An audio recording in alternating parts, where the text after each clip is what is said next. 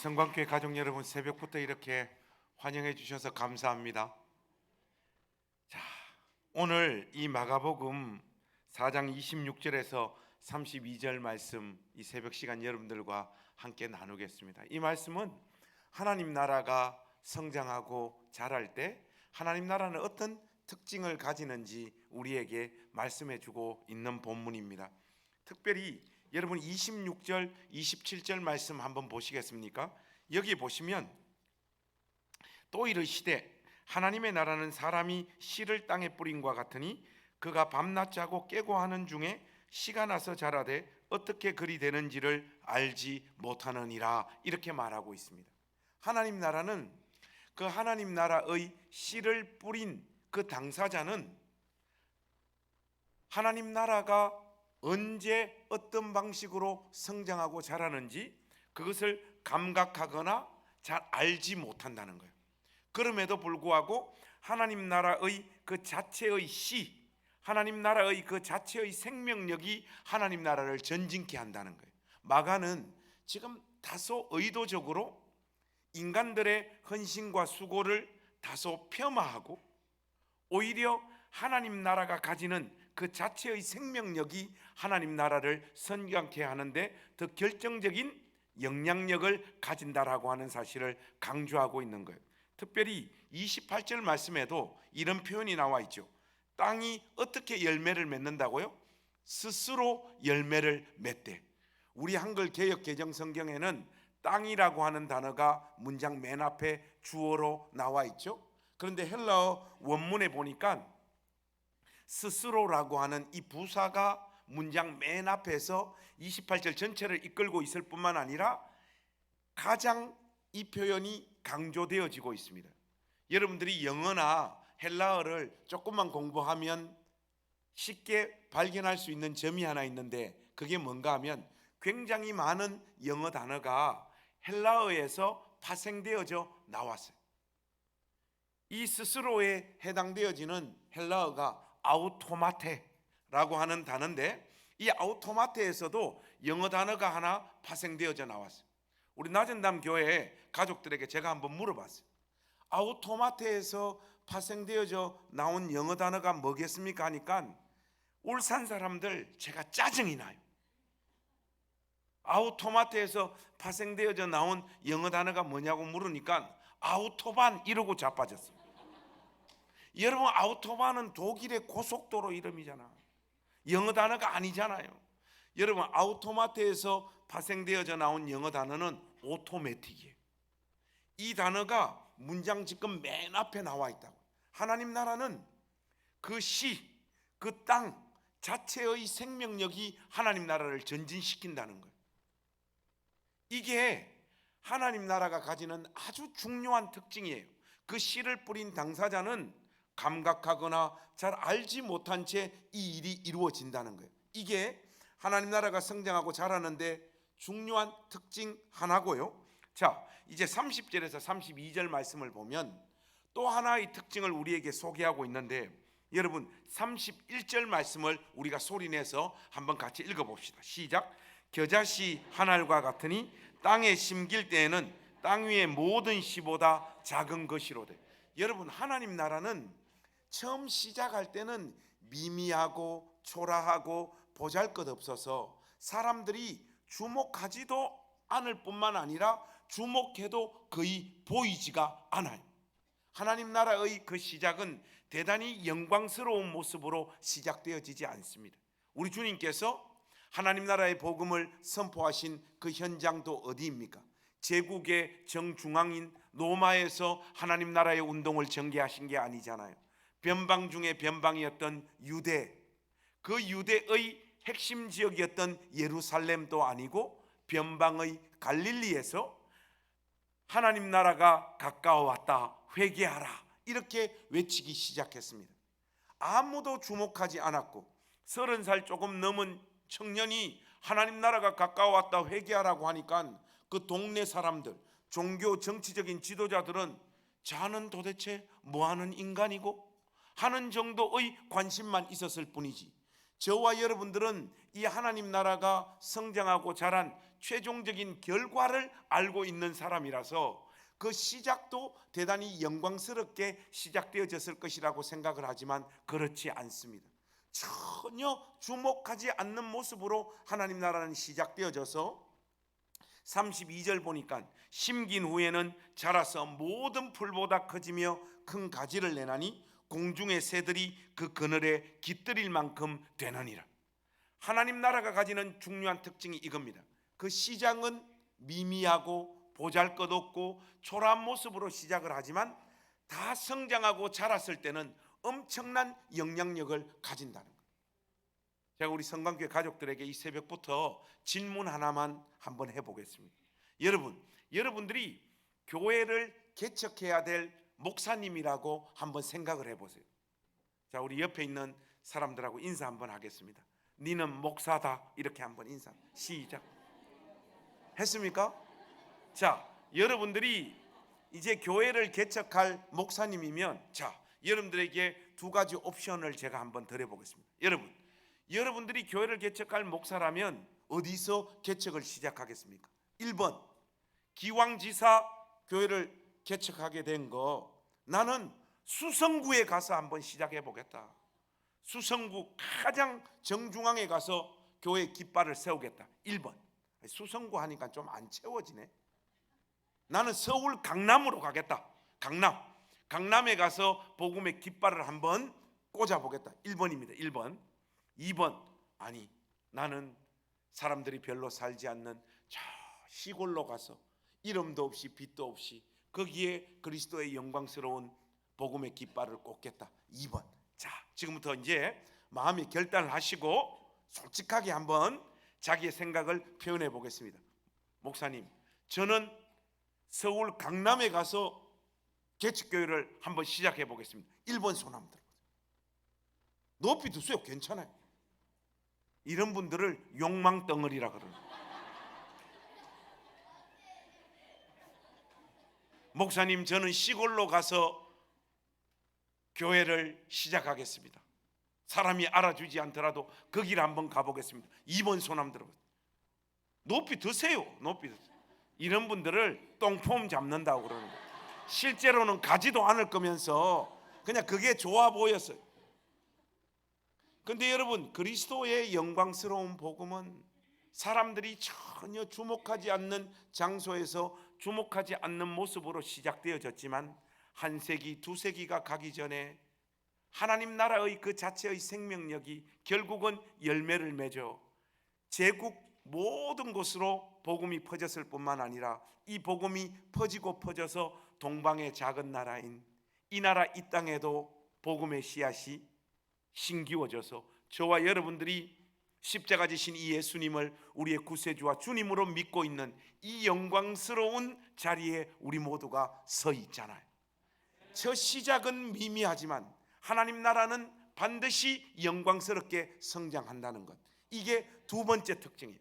그런데 이 두 가지 내용만 나와 있는데 여러분들이 이 4장을 잘 읽어보시면, 영어로 하자면 Between the line, 행간에 잘 여러분들이 보시면 마가가 하나님 나라의 성장과 관련해서 하나님 나라의 첫 시작도 언급을 하고 있고 마지막도 언급을 하고 있는데 하나님 나라의 중간 과정은 어떻게 될 건지 전혀 언급하고 있지 않아요. 이거는 마가가 지금 글을 전개함에 있어서 어떤 의도를 가지고 있는 것이 분명합니다. 예를 들어 한번 설명을 하면 이렇습니다. 우리 아들이 지금 군에 가 있거든요. 군에 가 있는데 우리 교회 애들이 하도 별나가지고 우리 아들 데리고 밥 사주면서, 지호야, 너는 이제 군에 가면 죽었다. 군대 가면 요즘 때리는 거 없는 줄 알지? 실제로는 때리는 거 있다. 행군하고 내무생활하고 네 군대 가면 얼마나 힘든지 알아? 겁을 너무 줘버린 거예요. 이 녀석이 겁을 확 먹고 집에 와서, 아빠, 군대 가면 어때? 군대 가면 어떤 훈련 받아? 정말 때려? 애가 겁을 먹고 밥을 먹을 때마다 저한테 질문하는 거예요. 이때 보통 육방이나 면제받은 아빠들이 거품을 물면서 군대를 설명을 해요. 네 임마 군대 가면 어떻게 되는 줄 아나? 아빠가 군생활 할 때 말이야 막 이렇게 해요. 그러나 저처럼 현역으로 최전방에서 육사단에서 근무하고 온 아빠는 아들이 아빠 군생활 어때? 하면요 긴 말 하지 않아요. 다녀와, 할만해. 중간 과정을 설명하지 않고 간단하게 말합니다. 이 뭘 의미합니까? 너는 이제 죽었다 이 말입니다. 하나님 나라가 성장하고 전진할 때 엄청난 박해와 공격이 하나님 나라를 향하여 쏟아질 거라고 하는 그 말을 중간 과정을 지금 설명하지 않고 이야기하고 있는 겁니다. 그리고 마가가 중간 과정을 설명하지 않고 있는 더 결정적인 이유가 있어요. 그렇게 심한 공격과 박해가 하나님 나라를 향하여 쏟아진다고 할지라도 하나님 나라가 가지는 그 자체의 생명력은 이 모든 것을 결국은 다 뚫고 하나님께서 시작하신 그 일은 하나님께서 의도하신 결과로 반드시 열매 맺게 될 거라, 이 확신 가운데 중간 과정은 굳이 설명하지 않고 있는 겁니다. 이 세 가지가 하나님 나라가 성장하고 자라는 데 있어서의 아주 중요한 특징입니다. 사랑하는 성광교회 가족 여러분, 저는요 예수 믿기 전에도 별로 안 행복했고 예수 믿고 나서도 별로 안 행복했던 사람.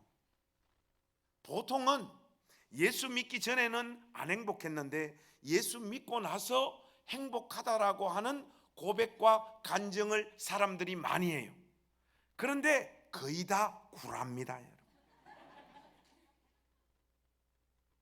안 행복한데 교회에 와서 연기하는 사람들이 많아요. 옆에 사람들하고 새벽에 잠도 깨울 겸 또 한번 인사합시다. 네 연기하고 있지? 한번 해봐. 여러분, 저는 전형적인 역기능 가정에서 태어났어요. 아버지가 알코올 중독, 노름 중독, 폭력 중독. 저는 아버지 밑에서 단칸방에서만 살아봤는데 이사만 한 36번 정도 했어요. 아버지가 한평생 이러고 살았기 때문에 우리 누님들 아버지 노름 미천 마련하라고 하나는 대구로, 하나는 부산으로, 하나는 포항으로 다 우리 누님들 식모살이 보내가지고 주인집 가서 한 달 동안 내도록 일하면 아버지 월급 받는 날 나타나서 그 돈 다 걷어가지고 그 돈 가지고 술 마시고 노름하고. 그러니까 누님들 인생이 초등학교 졸업하고 그 길로 내몰렸으니까 인생 자체가 다 망가져버려요. 저 바로 위에는 누님들이 아니고 형님이거든요.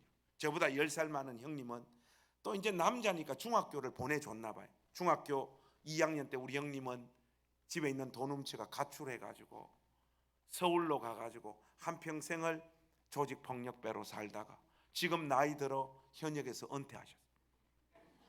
우리 형제들의 인생이 그렇게 다 무너져 버렸고 저 역시 마찬가지예요. 저도 그런 환경 속에서 자랐으니까 매일 도둑질하고 뭐 애들 두들겨 패고 늘 매일 그렇게 살았어요. 한 번은 그 울산의 주리연백화점 앞에 있는 진흥 슈퍼마켓에서 테니스 가방 들고 들어가서 한꺼번에 초콜릿 300개 털어가지고 나오다가 초등학교 6학년 때 현행범으로 붙잡혔어요.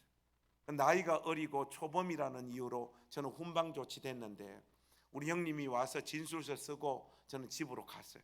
가니까 이제 우리 형님이 동네 우물가에서 저보고 옷 다 벗으라고 하더니 우물가에서 물 한 바가지 길로 올리더만 벌거벗은 제 몸에 이렇게 물을 뿌리더니 형님이 열받은 거예요. 자기는 비록 깡패지만 자기 동생은 자기처럼 사는 거 원치 않거든.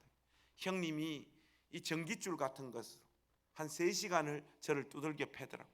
그렇게 두들겨 맞고 형님이 쏟아놓은 말 한마디가 저의 인생을 바꿔버렸어요. 내일부터 교회 안 가면 때려 죽인다는 거예요. 아니 지도 안 가는 교회를 왜 나보고 가라고 하는 거예요. 사돈의 팔촌에 교회 다니는 인간이 아무도 없는데 교회가 뭔지 내가 어떻게 하는. 근데 훗날 알아보니까 제가 도둑질하고 막 이렇게 돌아다니는 거 형님이 알고 자기 동료 깡패들한테 내 동생 저거 어떻게 하면 좋냐 하니까 그 동료 깡패들이 우리 형님한테 해준 말이 네 동생 교회 한번 보내봐라. 교회 가면 인간 된다 하더라. 자기들은 인간이 안 돼도 사람이 그렇게 좋은 조언은 할 수 있는 존재예요. 그 이야기를 우리 형님이 듣고 저를 두들겨 패고 교회를 보낸 거예요. 형님이 교회를 나름 연구를 많이 했더라고. 헌금 걱정은 하지 마라, 형님이 챙겨줄게 해서 예수 안 믿는 우리 형님이 챙겨주는 그 헌금 들고 교회를 가기 시작을 해가지고 오늘 이 성강교회 와서 설교하는 이 순간까지 저는 저의 평생 동안 단 한 번도 교회를 빠진 적이 없어요. 한 번도. 여러분, 제가 누구냐? 전 세계 최초로 불신자에게 전도받아서 목사된 사람입니다. 그렇게 교회를 가서, 교회 안 가면 형님한테 맞아 죽으니까 구역구역 교회를 가서 또 목사님 말씀 전하시는 내용 듣고 은혜도 받고, 저처럼 이런 극적인 환경 속에서 자란 아이가 주님 만나니까 감격이 얼마나 큽니까? 내 인생 주님을 위해서 드리겠다. 그렇게 주님을 위해서 저의 인생을 드리고 열심히 신앙생활하고 경주했죠. 그리고 신학대학 갔죠. 가서 제가 신학대학 입학할 때만 하더라도 분위기가 외국에 가서 한번 공부하고 와야지 뭐 좀 크게 쓰임 받는다 이런 말도 안 되는 이야기들이 막 돌던 시대. 저도 외국으로 유학을 가고 싶더라고요.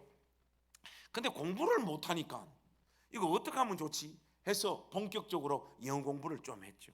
제가 성경 다음으로 많이 읽은 책이 성문종합영어 40번 봤습니다. 성문종합영어 40번 보니까 영어 뚫리더라고. 그래서 우리 사람하고 결혼해가지고 영국으로 유학 갔다 왔죠. 갔다 와서 이제 뭐 사돈의 팔촌에 뭐 밀어주는 사람이 있습니까? 기도해주는 사람이 있습니까? 그래서 우리 사람하고 학원교실 하나 작은 곳에 개척교회를 시작을 했어요. 초라하게, 정말로 초라하게. 근데 초라하게 개척교회를 시작을 하는데 하나님께서 왠지 이 개척교회 가운데 역사하시고 일하실 것 같은 거예요. 근데 한 사람의 느낌은 위험하거든요. 그래서 우리 사람한테 물어봤어요. 여보, 우리 이렇게 개척교회 시작하는데 당신 마음에 하나님 주시는 은혜가 없냐 하니까, 여보 왜 없노 왜 없노, 기도하는데 막 하나님이 은혜를 주시고 막 눈물이 쏟아지는데 하나님께서 이 별 볼 일 없는 개척교회를 통해서 크게 역사하실 것 같다는 거예요. 그래서 둘이 마음이 딱 합해서 거기서 교회를 개척 시작을 했죠. 했는데 우리 둘의 착각이었어. 안 돼. 개척교회 시작하기 전에도 거지였는데 개척교회 한 5, 6년 하고 나니까 진짜 완전 알거지가 돼버렸어요. 길바닥에 내 앉아야 되는 상황이 있는. 이야, 제가 그때 하나 깨달았어요. 여자들은 돈 없는 세월을 절대로 오래 견디지 못한다. 제가 그거 깨달았어요.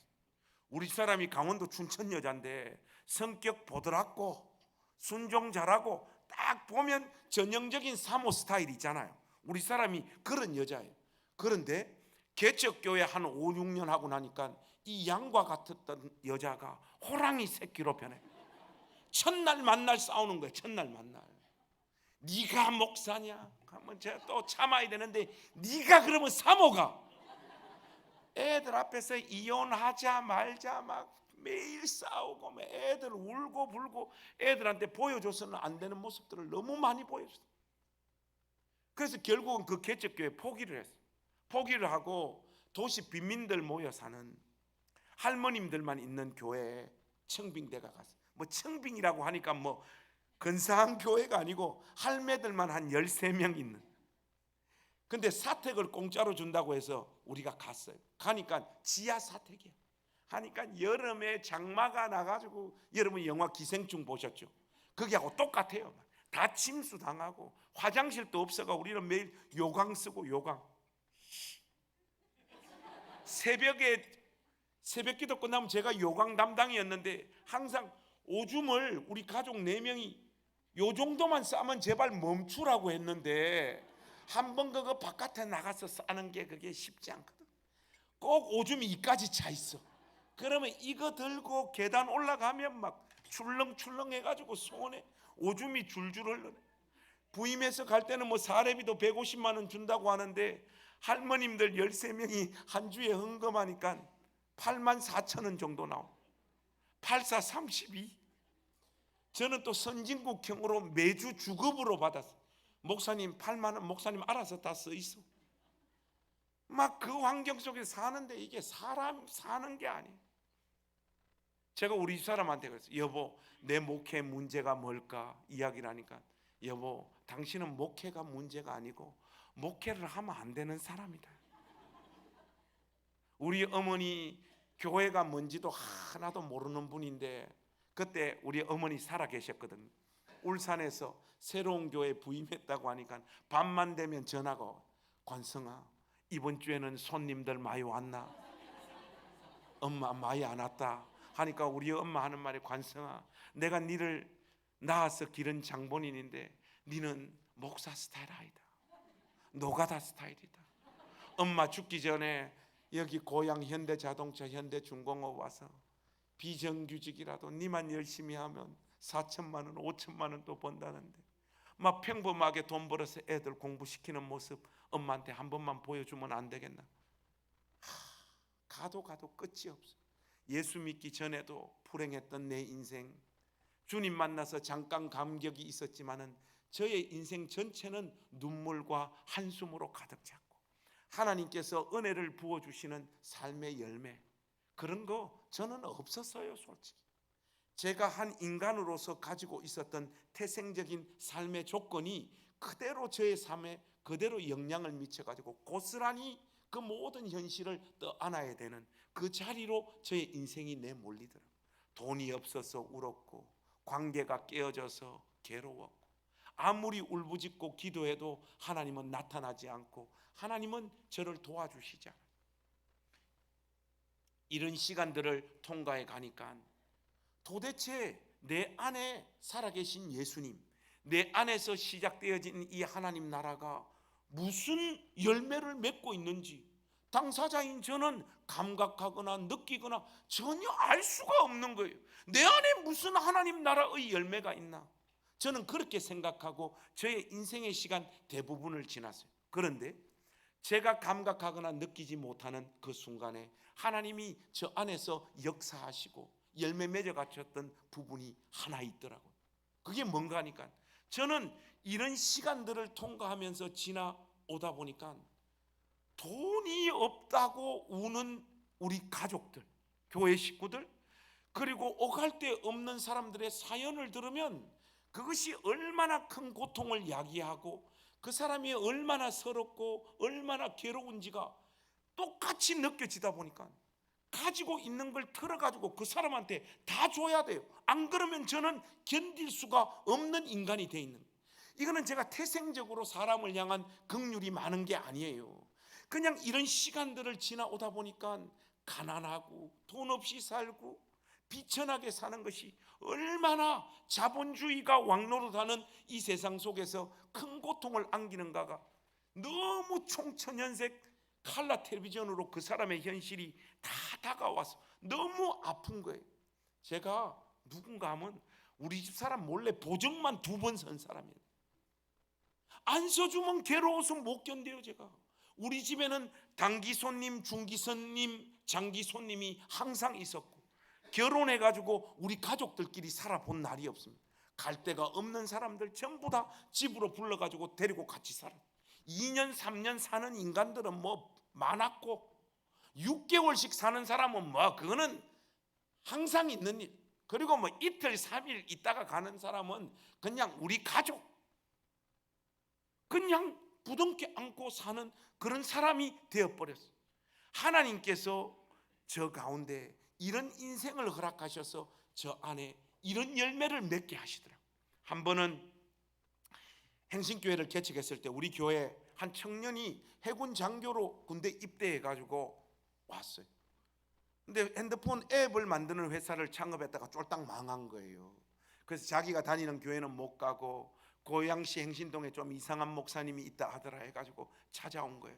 근데 여러분, 목회자는 하나님 앞에 엎드려 기도하는 사람이잖아요. 딱 보면 촉이 있어요. 촉이. 얘가 와서 자기 망한 이야기를 하는데 눈빛과 낯빛을 딱 보니까 얘는 그냥 두면 100% 자살하는, 딱 느낌이 와요. 제가 보통 이런 애들 오면 데리고 가서 밥 사 먹이고 가지고 있는 돈 주고 돌아오는 주일날 교회 오라, 그렇게 이야기하는 편인데, 얘는 그러다가 큰일 날 것 같은 거야. 선재야, 니는 내일 아침에 8시에 목사님 교회 출근할 때 내일 바로 교회로 오라. 그렇게 말하고 돌려보냈어요. 그 다음날 8시에 이 선재가 교회에 왔더라고. 그날부터 선재하고 저는 아침, 점심, 저녁을 같이 먹었어요. 제가 가는 모든 목회의 동선에 선재를 데리고 갔어요. 전도사는 아닌데 전도사 돼버렸어. 그냥 하루 종일 같이 살아. 하루 종일. 그럼 저녁 되면 이 인간 자기 집에 가야 되는데, 목사님 오늘따라 왠지 집에 가기가 싫습니다. 그러면 목사님 집에 가야지. 우리 집에 가서 우리 집에서 밥 먹고 우리 집에서 자고 그 다음날 돼서 우리 집에서 밥 먹고 출근해가 하루 종일 같이 살고, 그렇게 자살 못하도록 몇 개월 동안 그냥 데리고 살았어. 그러다 보니까 이 녀석도 이제 청년이다 보니까 아르바이트도 하고 노가다도 하면서 자기 삶을 지키려고 하는데 하는 것마다 다 안 돼. 그리고 끝까지 하는 일이 없어. 근데 한 번은 저한테 그러는 거예요. 목사님, 한샘 인테리어에서 8주 훈련만 받으면 정규직으로 전환시켜주는 프로그램이 있다고 하는데, 이 설계하는, 부엌하고 거실을 설계하는, 기본급 150만 원 주고 한 건 올릴 때마다 월급을 더 주는 이런 일이 있다는데, 목사님 제가 그거 한번 해볼까요? 하더라고요. 선재야, 뭐라도 좋으니까 한번 해봐라 해서 선재가 그 일을 했는데 3주 하더니 못하겠다는 거예요. 제가 겉으로 상처받을까 싶어서 말 안 했지만은 속으로는 했습니다. 새끼야, 니는 안 돼 임마. 니는 그냥 안 되는 인생이야. 어이구 인간아 인간. 이 말이 저절로 올라오고, 저하고 같이 사역하다가 지금 행신교회 담임 목사 된 우리 우성균 부목사한테, 성균아 가서 한번 알아봐라. 뭐 때문에 못한다. 목사님 이미 알아봤는데 회사 갈 차비가 없다. 야이씨, 요즘 차비가 없어서 못 간 놈이 어딨냐. 하기 싫으니까 안 하지. 다시 가서 알아봐라 해서 알아보니까 어머니는 우울증 걸려가지고 하루 종일 무기력하게 누워있고, 아버지 알코올 중독, 차비 없어. 진짜 차비가 없어. 야, 이거 어떻게 하면 좋나. 그때만 하더라도 우리 행신교회 선제 도와줄 사람이 아무도 없는 거야. 참, 교인들 스캔을 해보니까 에브리바디 다 거지야. 이 일을 어떻게 하면 좋나. 기도하는데 하나님이 지혜를 주시는 거예요. 우리 집사람 스쳐가면서 저한테 해준 말이 있어요. 우리 아들 딸내미 교육보험 하나 들어놨다는 이야기를 제가 스쳐가면서 들은 거예요. 여보, 애들 보험 뭐 하나 들어놨나니까 들어놨다는 거예요. 빨리 예약해라 하니까 우리 집사람, 여보 목회도 좋고 뭐 남 도와주는 것도 좋고, 근데 당신 하자는 대로 안 하는 적이 있었는데 이거는 정말 아무것도 아닌 거.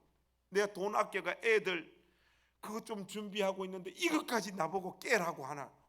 깨라 하니까 우리 사람이 막 너무 힘들어하는 거야. 야야야야, 그런 슬픈 표정 짓지 마.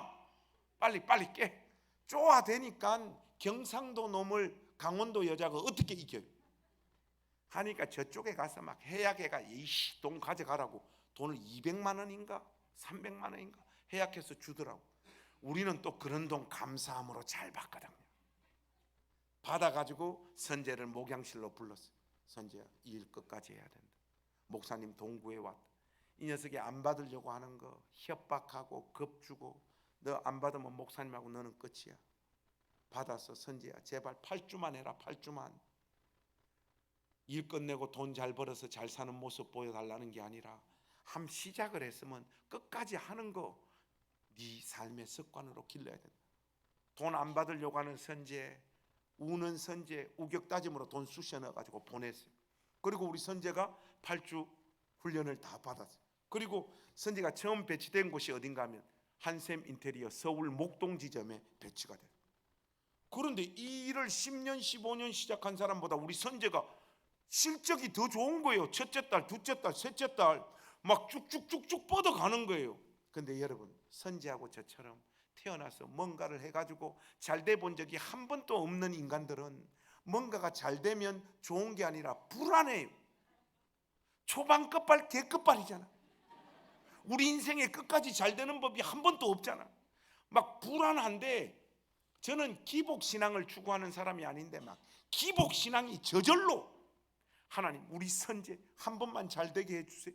기도가 절로 나오는 거예요. 이 선제가요 멈추지를 않아요. 쭉쭉쭉쭉쭉쭉 계속 뻗어나가요. 계속 뻗어나가요. 하더니 그 일을 시작한 그 해 선제 연봉이 1억, 그 다음 연도 1억 5천. 지금은 선제 밑에서 일하는 애가 20명이에요. 20명. 한 분은 저한테 전화가 왔어요. 목사님 오늘 저하고 밥 좀 먹읍시다. 목소리가 벌써 건방져. 이때까지 밥을 100번 1000번 먹으면 내가 다 계산하고 내가 다 사 먹였는데, 목사님 우리 교회 앞에 있는 그 소들역 암소집 거기 7시까지 좀 나오십시오 하는데 목소리에 벌써 기름이 껴있어. 그리고 너무 행복한 목소리야. 그래서 갔지요. 이미 그 총 소고기 시켜놓고 대기하고 있더라고. 둘이 앉아서 이제 고기를 먹기 시작을 하는데 좋은 날인데 분위기가 이렇게 좀 가라앉아 있어요. 그 선제 눈을 이렇게 딱 보니까 울면서 고기를 굽고 행복하고 너무 감사하고 좋은 거예요. 자기도 잘 돼서 목사님 밥 사줄 수 있게 돼. 우리 경상도 사람 또 그런 거 보면 간지럽고 어색하고 이게 힘든 거예요. 여러분 수도권에서 목회할 때 뭐가 제일 힘든지 알아요? 목사님 사모님 앞으로 나오세요 해가지고 손 뻗어가지고 당신은 사랑받기 위해 태어난, 이런 건 나한테는 폭력이야, 폭력. 근데 이게 선제가 이게 또 우니까 아이고 이게 힘들어. 밥 먹는 속도 끌어올렸어요. 선제야 목사님 오늘 여기 신방이 있다, 먼저 일찍 가봐야 된다 하고 일찍 그 자리를 떴어요. 어색해서 행복하고 좋았지만 저는 그냥 갔어요. 선제가 음식 정리하고 음식값 계산하고 제가 저쪽 가고 있는데 목사님 하고 뛰어오더라고. 그러더만 저의 호주머니에 봉투를 하나 탁 꽂고 휙 가더라고. 제가 사례비를 많이 받아본 사람이라 딱 잡으면 얼마인 줄 알거든. 나는 딱 잡으니까 이거는 100% 세종대왕이야. 이거 신사임당이면 절단날 액수예요. 딱 열어보니까 신사임당이 이만큼 들어. 놀래가지고 선지한테 전화했어. 야 무슨 돈을 이렇게 많이 넣었어 이놈아 하니까, 목사님 저 목사님 만나고 저 삶에 꿈과 비전이 생겼어요. 네 꿈과 비전이 뭔데 하니까, 목사님 저는요 꿈 하나밖에 없어요. 열심히 돈 벌어가지고 우리 목사님 집 사드리는 거, 그거 저의 인생의 마지막 목표예요. 우리 선재가 막 우는 거예요. 그날 제가 저의 소명을 어떤 의미에서 다시 깨달은 날이에요.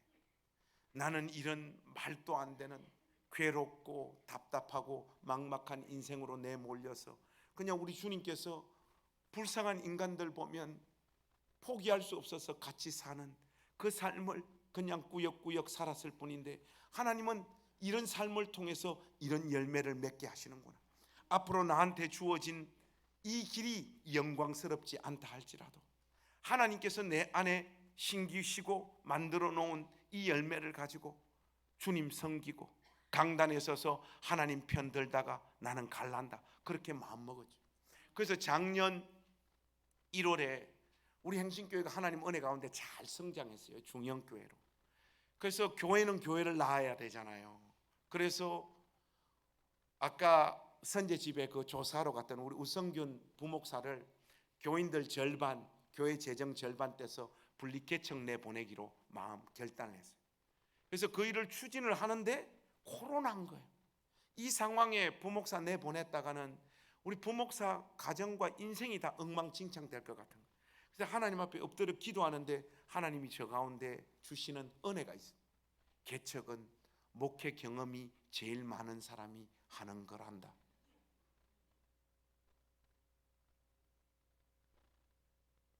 아멘. 해서 마음에 결단했어요. 우목사가 나가는 것보다 목회 경험이 제일 많은 내가 나가는 게 교회가 세워질 가능성이 많겠구나. 그래서 처음에는 수도권에 개척하려고 했어요. 그런데 생각을 해보니까 내가 개척해서 세운 교회인데 내가 수도권에 개척하면 행신교회 가족들 다 따라 나올 거 아닙니까? 이래서는 안 되겠다. 아무도 못 따라오는 곳으로 가야 되겠다. 생각해 보니까 고향 울산밖에 없는 거예요. 울산으로 가겠습니다. 1월 둘째 주에 아무도 의논 안 하고 선언해 버린 거예요. 그날 교회가 난리가 났어요. 권사님들 울고 불고 막 삐져서 나는 이제 교회 안 나온다 그러고 막 장로님들은 이런 게 어디 있냐고 목사님 교회가 난리가 났어요. 그날을 제가 너무 생생히 기억해요. 어떻게 수습했는지 기억도 안 나요. 그 수습해놓고 집에 가버렸어요. 그리고 속 시끄러워가지고 월요일 날 교회 출근해가지고 제가 설교했던 주일날 그 영상을 한번 봤어요. 제가 울산으로 개척 나가겠습니다 하는데 제가 그 영상을 보는데 제가 봐도 멋있어. 간지가 나더라고. 근데 여러분 멋있는 것은 잠깐이고 이 일을 진짜 내가 어떻게 하려고 이걸 선언을 해버렸나 겁이 나는 거예요. 얼마 안 됐으니까 다음 주에 교회 가서 여러분 사실은 몰래 카메라였습니다. 그렇게 말할까 별 생각이 다 들더라고. 근데 다 부질없고 그때부터 이제 일머리를 잡고 울산으로 교회에 가서 어떻게 개척할지 계획을 수립하고 조금 고민하니까 밤 10시예요. 밤 10시. 월요일 날 밤 10시는 아무도 안 오잖아요. 누가 목양실 찾아와요. 그런데 갑자기 문을 누가 노크를 해요. 열으니까 선제인 거예요. 목사님이 이런 게 어디 있냐고. 문 열자 말자 막. 이 사람들 다 버리고 가도 나 버리고 못 간다고. 선제가 문 열자마자 막 난리를 피우는 거예요. 니까지 이러면 목사님이 어떻게 가냐. 교회 식구들 다 이해 못해도 선제 너는 이해하지. 싫어요. 선제야 너 어떡하려고 이러냐. 목사님 저는 이미 와이프하고 이야기 다 끝냈습니다. 무슨 이야기 끝냈는데 우리는 직장 다 정리하고 울산으로 개척 따라갑니다. 네 울산이 어디라고 울산을 따라가냐. 목사님 울산에도 한샘 인테리어 다 있어요. 부산에도 있고 따라갑니다 하면서 이 녀석이 이미 울산을 공부를 다 끝냈더라고.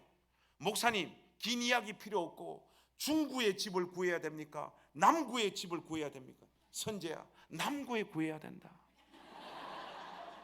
교회가 남구에 있다.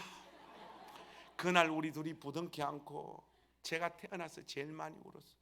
저도 개척 가는데 겁났다고요. 50 넘어가지고 새로운 교회 개척하는 게 쉽습니까? 선제 있어가지고 용기 내서 작년 8월에 울산에 홀몸으로 개척을 시작을 다시 한 거예요. 근데 여러분 개척하니까 첫날 300명이 왔어요. 지금 개척한 지 7개월 됐는데 우리 교회 한 500명 모입니다. 여러분 하나님은요 이렇게 일하시는 분이에요. 여러분이 여러분의 인생의 가치를 아십니까? 몰라요. 여러분 우리는 내 인생이 답답해요. 내 인생이 마음에 들지 않아요. 내 인생 가운데 일하시는 하나님을 잘 느끼지 못해요. 근데 여러분 그게 하나님 나라가 성장하고 자라는 중요한 특징이에요. 어떤 분들 너무 쉽게 이야기하거든. 내가 예수 믿고 이렇게 됐습니다. 내가 예수 믿고 이렇게 됐습니다. 너무나 피상적인 거예요. 그렇지 않습니다. 신자의 보편적인 경험은 예수 그리스도를 인격적으로 만났지만 눈물 흘리고 한숨 쉬고 자기 인생의 의미를 다 알지 못해서 내가 예수님을 이렇게 진실하게 믿는데 하나님은 왜 내 인생을 이렇게 가혹하고 힘들게 다루실까? 이 실존적인 고민을 안고 지나가는 게 신자의 보편적인 인생입니다. 감각하거나 느끼거나 알지 못해요. 우리 안에서 어떤 하나님의 역사가 있는지. 그러나 그리스도 예수 안으로 우리를 부르신 하나님은 그 어떤 신자의 인생도 붙잡으시고 빚으시고 인도하셔서 하나님의 영광의 찬송이 되게 하는 자리에 반드시 세우고야 마십니다. 사랑하는 성광교회 가족 여러분, 이 사실을 믿으시고 오늘 여러분들에게 주어진 여러분들이 생각할 때 마음에 들지 않는 그 인생 노래하며 우아하게 걸어가는 신자들이 되시기를 우리 주님의 이름으로 축복합니다. 지금의 모습보다 훨씬 더 영광스러운 모습으로 하나님께서 여러분 인생 위에 은혜를 부으실 줄로 믿습니다. 여러분 안에서 시작되어진 그 하나님 나라가 여러분 인생만 변화시키는 게 아니라 여러분의 그 믿음의 분투를 통하여 여러분들의 가정과 가문까지 영광스럽게 하실 하나님을 기대하시면서 오늘 이 하루도 노래하며 걷는 복된 신자들이 되시기를 주의 이름으로 축복합니다. 그래서 여러분들이 잘 하셔야 될 게 뭐냐? 오늘 본문 말씀 보니까 밤낮 자고 깨고 하는 중에 여러분, 하나님이 여러분 인생을 붙잡고 빚어가고 있음을 여러분들이 감각하지 못하고 있는 순간이지만 이 사실을 믿고 밤 되면 잘 자십시오. 잘 자는 것보다 더 큰 믿음이 없다니까. 새벽기도 나오면 안 돼요. 원래 자야 돼. 그리고 잘 자고 아침 되면 어떻게 해야 됩니까? 잘 일어나십시오. 잘 자고 잘 일어나고 그 시간의 사이클이 반복되어지는 동안 하나님은 여러분을 붙잡아 일하십니다. 이 신실하신 하나님 의지하여 오늘 이 하루도 마음에 들지 않는 내 삶과 인생이지만 주를 사랑하는 마음으로 이 새벽에 벌떡 일어나 우리 각자의 삶을 받아내도록 하십시다.